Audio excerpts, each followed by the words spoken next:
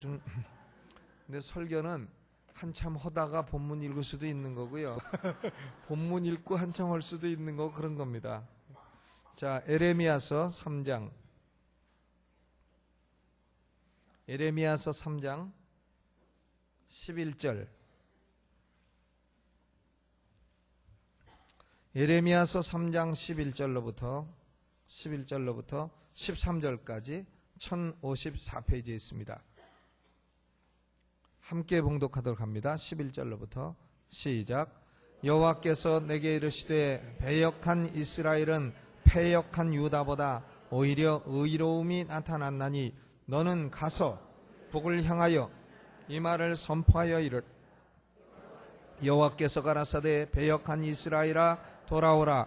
나의 노한 얼굴을 너희에게로 향하지 아니하리라. 나는 긍휼이 있는 자라. 너를 한없이 품지 아니하느니라. 여호와의 말이니라. 너는 오직 내 죄를 자복하라. 이는 내 하나님 여호와를 배반하고 내 길로 달려 모든 푸른 나무 아래서 이방신에게 절하고 내 목소리를 듣지 아니하였음이니라. 여호와의 말이니라. 아멘. 우리가 알다시피 예레미야 선지자는 남왕국 유다가 망하기 40년 전에 망할 때까지 예언한 선지자입니다. 유다가 바벨론에 망할 것이다. 이것을 예언한 사람이 예레미야예요. 그러니까 유다야 바벨론에 저항하지 말고 애국과도 동맹하지 말고 항복해라. 너희는 망하기로 돼 있다. 이런 걸 예언한 사람이니 얼마나 괴롭겠습니까? 그래서 예레미야를 가리켜서 우리가 무슨 선지자랍니까? 눈물의 선지자라. 예레미야는 북에서부터 끓는 가마가 이미 기울었다. 하나님께서 이미 바벨론을 일으켜서 너희 유다를 멸망시키기로 이미 결정하셨다. 그런데 너희가 바벨론의 포로 70년이 지나면 하나님이 돌이키실 것이다. 이걸 예언한 선지자가 예레미야 선지자입니다. 그런데 이 예레미야 선지자는 하나님은 죄에 대해서 징벌을 하시지만 그러나 하나님은 돌이키시는 하나님이라. 하나님은 근본적으로 징벌의 하나님이 아니라 축복의 하나님이라. 하나님은 근본적으로 축복과 은혜와 긍휼의 하나님이라. 이런 것을 예레미야 선지자가 선포하고 있는 것입니다. 그래서 오늘 여기 11절로부터 13절까지 말씀을 보면 두 가지가 나타나 있는 것입니다. 하나는 뭐냐면 하나님의 사랑이에요. 하나님의 사랑. 거기 11절에 여호와께서 내게 이르시되 배역한 이스라엘은 패역한 유다보다 오히려 의로움이 나타났다. 야, 이스라엘은 이미 아수르에 의해서 주전 721년에 망했지. 그런데 이스라엘이 망한 것은 왜 망했느냐? 왜 망했느냐 하면 거기 2장 19절에 있는 대로 내 악이 너를 징계하겠고 내 패역이 너를 책할 것이라. 그런즉 네 하나님 여호와를 버림과 내 속에 나를 경외함이 없는 것이 악이요 고통인 줄 알라. 만군의 여호와의 말이니라. 그랬어요. 아수르에 의해서 북왕국이 망한 것은 그건 뭐냐? 그것은 하나님이 자비하지 않아서 그런 것도 아니요. 오로지 북왕국이 나를 경외함이 없는 것과 내 하나님 여호와를 버린 것, 여호와를 버리고 여호와를 경외하지 아니한 것, 그것 때문에 악이요 그것 때문에 고통이 왔다. 이렇게 말씀하시는 것입니다. 그런데 이렇게 망한 이스라엘, 북왕국 이스라엘은 도리어 남왕국 유다, 패역한 유다보다도 오히려 북왕국이 더 악한 줄 아느냐? 아니다. 오히려 더 의롭다. 너희 유다는 남왕국은 더 패역하구나. 그런데 하나님께서는요, 이 망한 북쪽을 향해서도 선포하라고 하시는 겁니다. 야, 북왕국은 이미 망했더라도 예레미야에게 너는 가라는 거예요.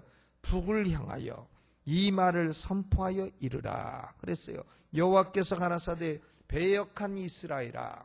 우리는 이 시대에 가야 됩니다. 가서 선포해야 됩니다. 가서 선포하라. 주님의 지상명령도 그거 아니겠어요? 너희는 가서 뭐라고 하셨어요? 너희는 가서 모든 족속으로 제자를 삼아 아버지 아들과 성령의 이름으로 침례를 주고 내가 너희에게 분부한 모든 것을 가르쳐 지키게 하라 그랬습니다. 그러니까 예레미야에게 너는 가서 북을 향하여 이 말을 선포하여 이르라. 이미 망한 이스라엘을 향해서 선포하여 이르라 말씀하시는 겁니다. 그리고 북왕국이 이렇게 죄로 말미암아 망했더라도 남왕국 유다는 북왕국보다 너희가 더 패역하고 차라리 북왕국이 너희보다는 의롭다고 말씀을 하시는 겁니다. 그러면서 하나님이 뭐라고 말씀하시느냐? 여호와께서 가라사대 패역한 이스라엘아 돌아오라. 돌아오라. 히브리 말로 돌아오라가 뭐라 그랬어요? 슈브예요. 슈브. 이 선지자들은 전부 다 외친 겁니다. 가서 슈브 돌아오라. 슈브 돌아오라. 누구한테 돌아오라는 거예요? 하나님께로 돌아와라.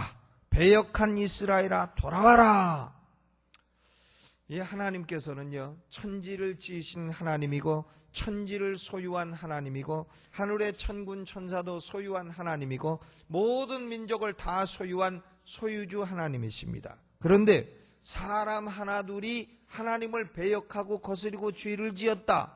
그러면 그걸 가지고 가슴 아파하시는 하나님이라는 것을 우리가 알아야 되겠습니다. 여러분 한번 생각해 보세요. 큰 바다를 소유한 사람이 바다에서 물 한 방울이 증발됐다고 뭘 가슴 아파하겠습니까? 왕국의 인구가 몇 천만 인구가 몇 억의 인구가 있는데 사람 하나 죽었다고 대통령이 가슴 아파하겠습니까? 그런데 하나님은 그 만군의 주요 만유의 주인이신 하나님은 사람 하나가 여호와를 배역하고 떠나가면 그걸 그렇게 가슴 아파하시고 그걸 그렇게 진노하시고 이렇게 하신다 이거예요. 이것이 우리 하나님의 우리를 향한 사랑인 줄로 믿으시기를 주님의 이름으로 축원합니다. 배역한 이스라엘아 돌아오라. 하나님의 말씀은 뭐예요? 나의 노한 얼굴을 너희에게로 향하지 아니하리라. 내가 노하기는 노했지만은 그러나 너희가 올 때에 내가 노한 얼굴을 보이지 아니하리라. 내가 인상 쓰는 얼굴로 너희를 맞지 아니하리라. 돌아오면 나는 긍휼이 있는 자라 노를 한없이 품지 아니하느니라. 우리가 자식을 길러봐도 오늘 어린이날인데 애들 잘못하면 어떡합니까? 부모는 뒤돌아서는 아이고 그놈의 새끼 내가 그걸 낳고 미역국을 먹었어. 아이고 이런 저놈을 두들겨 패 저걸 어떻게 하지만 애가 돌아오면 왔니? 윗니빨 내놓고 그러지 않겠어요? 다 노를 품지 아니하고 노한 얼굴을 보이지 아니하고 혹시라도 애한테 승질 한번 냈다가 애가 또 때려치고 나간다 이렇게 하면 곤란하니까 참 그러는 것이 부모 마음 아니겠습니까? 여기 하나님께서는 패역한 이스라엘을 향하여 나는 노한 얼굴을 너희에게로 향하지 아니하리라. 나는 긍휼이 있는 자라. 나는 노를 한없이 품지 아니하느니라. 너희가 죄를 지었더라도 내가 노한 얼굴을 보이지 아니하고 내가 진노를 한없이 품지 아니하고 그리고 나는 긍휼이 있는 자라. 여러분 우리가 죄를 지어도 하나님은 우리를 향해서 사랑하시는 하나님이신 줄로 믿으시기를 주님의 이름으로 축원합니다. 그런데 우리가요 죄를 그대로 가지고 있으면 복을 받을 수가 없어요. 하나님이 사랑하셔도 복을 받을 수가 없습니다. 그러면 축복받는 길은 뭐냐? 우리 사람이 복받는 길은 뭐냐? 내가 열심히 해가지고 뭘 복을 받겠다 그런 거 아니고요. 복을 받는 길은 13절입니다 13절 같이 읽어보죠. 시작. 너는 오직 내 죄를 자복하라. 이는 내 하나님 여호와를 배반하고 네 길로 달려 모든 푸른 나무 아래서 이방신에게 절하고 내 목소리를 듣지 아니하였음이니라. 여호와의 말이니라. 오직 너는 내 죄를 자복하라. 자복하라는 건 영어로는 acknowledge, 인정하라 이렇게 돼 있어요. 너는 네가 죄가 있음을 인정해라. 인정하되 그냥 추상적으로 막연하게 하나님 죄인이 올시다 이렇게 하지 말고 구체적으로 인정하라는 겁니다. 사람이 전에도 말씀을 드렸습니다마는 훌륭한 사람은 누구냐면 자기가 죄 있음을 인정하는 사람이에요. 죄 없다고 하는 사람은 자기 의의를 내세우는 사람은 훌륭한 사람이 아닙니다.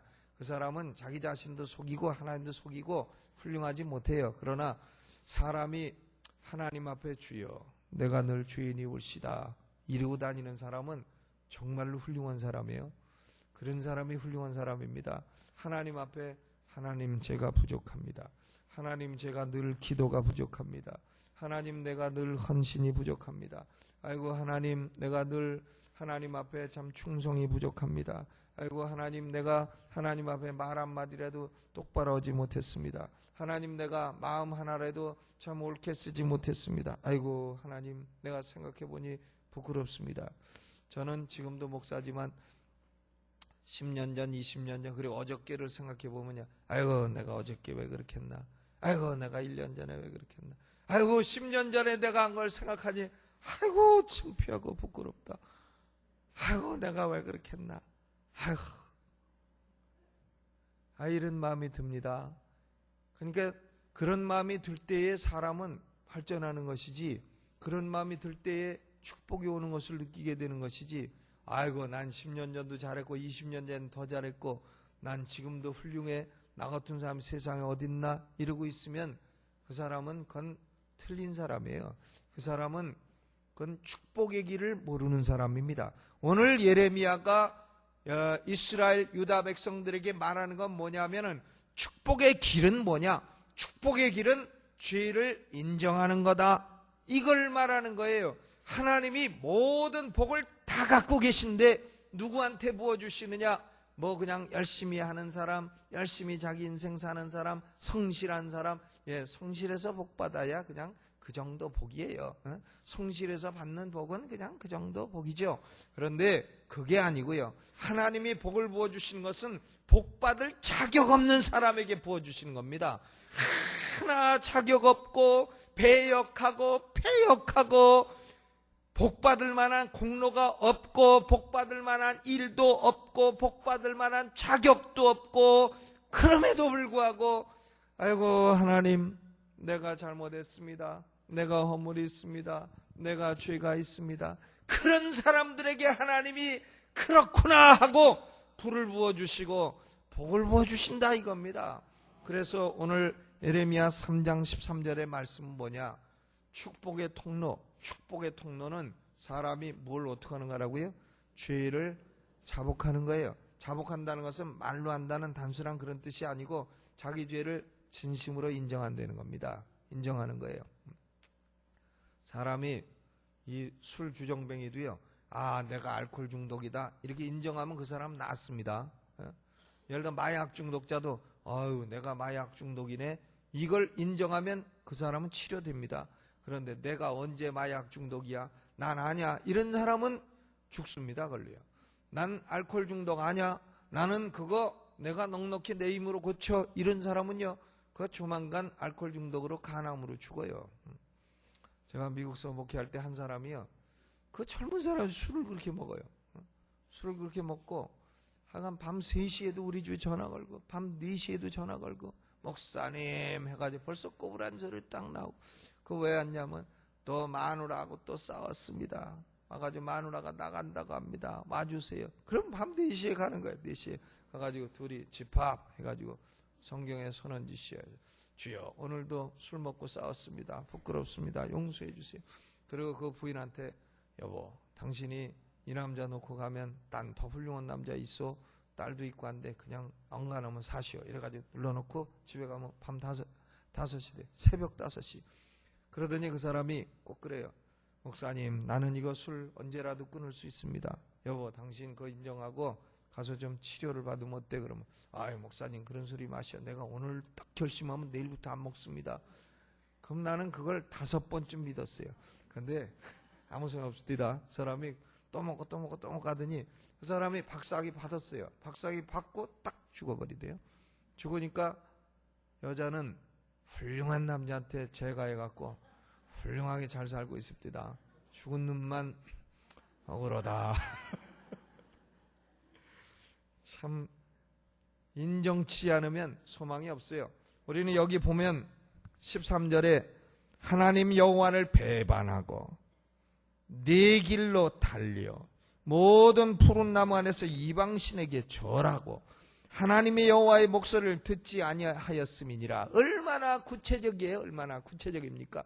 우상 숭배한 거, 말씀 불순종한 거, 제 멋대로 고집 부리고 간 거, 하나님을 배반하고 산 거, 이런 죄를 구체적으로 인정하고 자복하면 내가 네게 다시 회복시킬 것이고 복도 줄 것이고 성령의 불도 내려줄 것이라. 오늘 우리가 죄를 짓고 배역하고 부끄럽더라도요, 그렇더라도 하나님의 사랑을 믿고 구체적으로 자복해서 하나님의 성령의 불 떨어지는 이런 역사를 체험하는 이 밤 되시기를 주님의 이름으로 축원합니다. 1906년 평양 장대연교에 떨어진 불이 오늘 2006년 우리에게 다시 떨어지게 하여 주옵소서. 오늘 그렇게 뜨겁게 기도하는 시간 되시기 바랍니다. 찬송 부르면서